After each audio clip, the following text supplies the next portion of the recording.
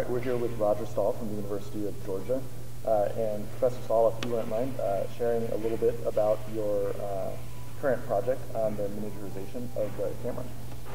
Sure. You know, traditionally we've tended to think about image power and its political value in terms of panopticism, or Big Brother looking over your shoulder.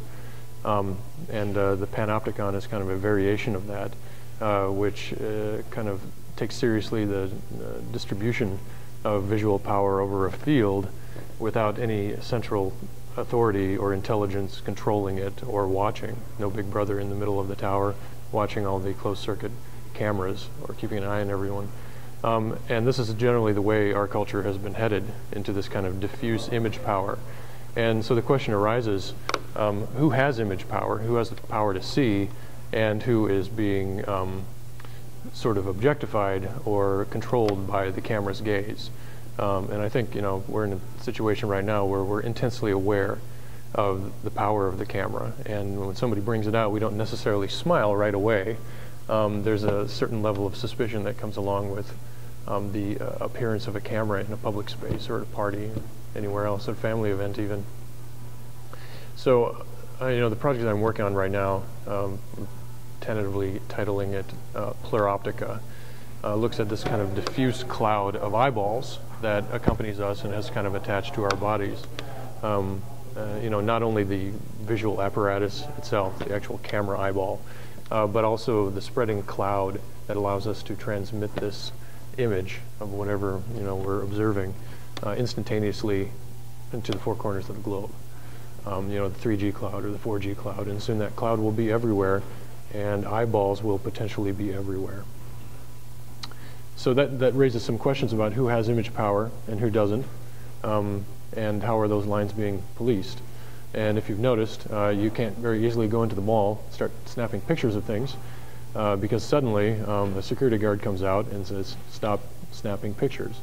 And these kinds of spaces where image power, or at least from the average person's point of view, image power is policed and prohibited, are expanding. And a lot more of our political relationship to the camera is being dictated by where these battle lines are being drawn.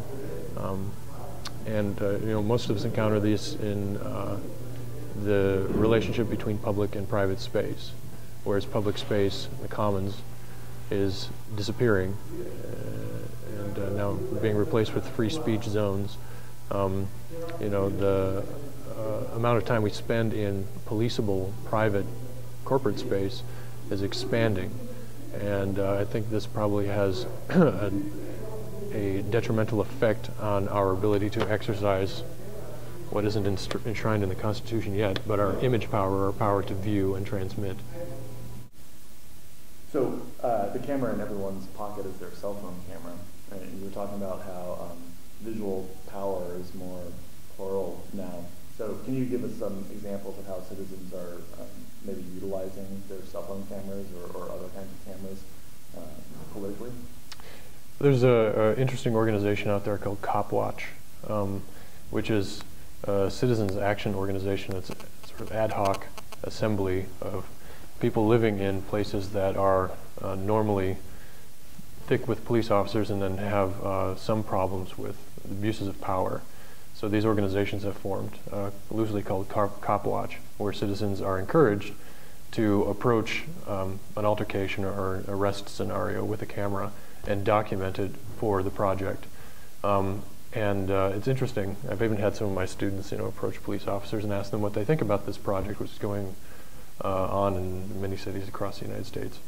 And the reactions are pretty severe, positive or negative, that some police officers really welcome a kind of sunlight into this whole process and seeing it as a kind of mode of exoneration. And others really react to it negatively. And you know, there have been situations where police officers have gotten very sensitive, and police chiefs have even issued orders to, you know, if you encounter a situation where somebody is videotaping you in an unauthorized manner, to take care of that problem first before you do anything else. Take away the camera. And in fact, at some of these G8 conferences, G7 and even in the United States, in Miami, I believe it was 1999, the city officials and police officers of Miami were instructing riot control police to do whatever they could to address the problem of citizen cameras before they made any arrests. So there's a lot of camera confiscation going on right now. So it's not only happening in the mall, but it's happening in our traditional thin blue line of power between the state and the people.